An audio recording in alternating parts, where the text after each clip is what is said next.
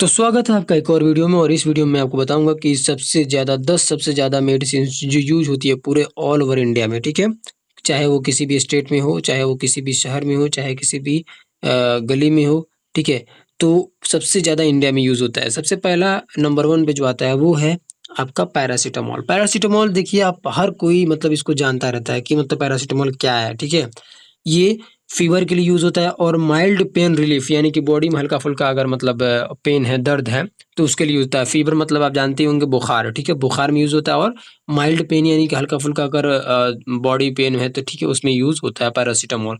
उसके बाद second number आता है हमारा एजिथ्रोमाइसिन। एजिथ्रोमाइसिन जो होता है वो बैक्टीरियल इन्फेक्शन के लिए यूज़ होता है, ठीक है? रिस्पायरेटरी और स्किन के लिए, ठीक है?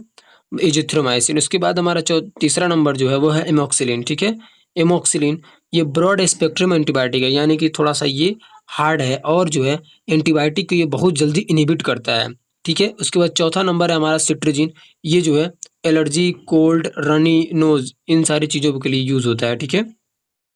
और फिर उसके बाद हमारा जो है 5वां नंबर है, वो है पेंटाप्राज़ोल। देखिए, जब भी कभी हम दवा लेते हैं या कभी भी ऐसा कंडीशन आता है कि जब हम कुछ ऐसा खा लेते हैं तो हमें गैस लगता है बनाने, ठीक? तो उस कंडीशन में हम पेंटाप्राज़ोल जो है, ये इंजेक्शन फॉर्म में भी आता है और टैबलेट फॉर्म में भी आता है, ठीक है?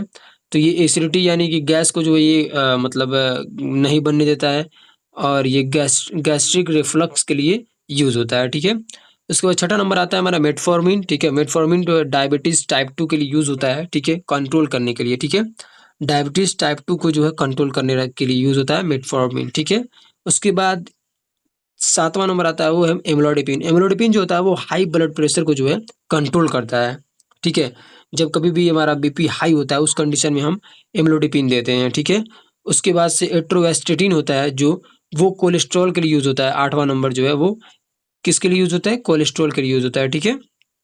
तो हम जो है एट्रोवेस्टेटिन यूज़ करते हैं कब? कोलेस्ट्रॉल कम करने के लिए, ठीक है? उसके बाद 9वां नंबर है वो है ओआरएस यानी कि ओरल रिहाइड्रेशन साल्ट्स, ठीक है? डिहाइड्रेशन और डायरिया। देखिए, जब ये ओआरएस कब देते हैं? जब हमारे बॉडी में डिहाइड्रेशन यानी कि जब पानी की कमी कमी होती है, तब जो है उस कंडीशन में हम जो है ओआरएस देते हैं, ठीक है? और डायरिया कंडीशन में भी मान लीजिए ज़्यादा अगर मतलब डायरिया हो जाता है, तो फिर उस कंडीशन में ये होता है कि मतलब पानी की कमी हो जाती है बॉडी में, उस टाइम भी जो है ओआरएस देते हैं। उसके बाद 10 नंबर जो आता है वो आइबुप्रोफेन है। आइबुप्रोफेन जो है एक नसेड मेडिसिन है, ठीक है?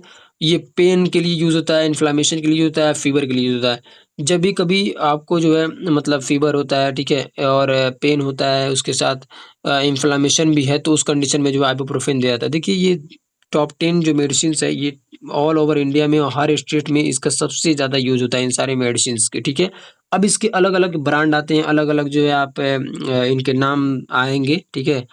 तो आपको जो है बस उसका जो सॉल्ट होता है वो देखेंगे तो ये सेम ही रहेगा, ठीक है?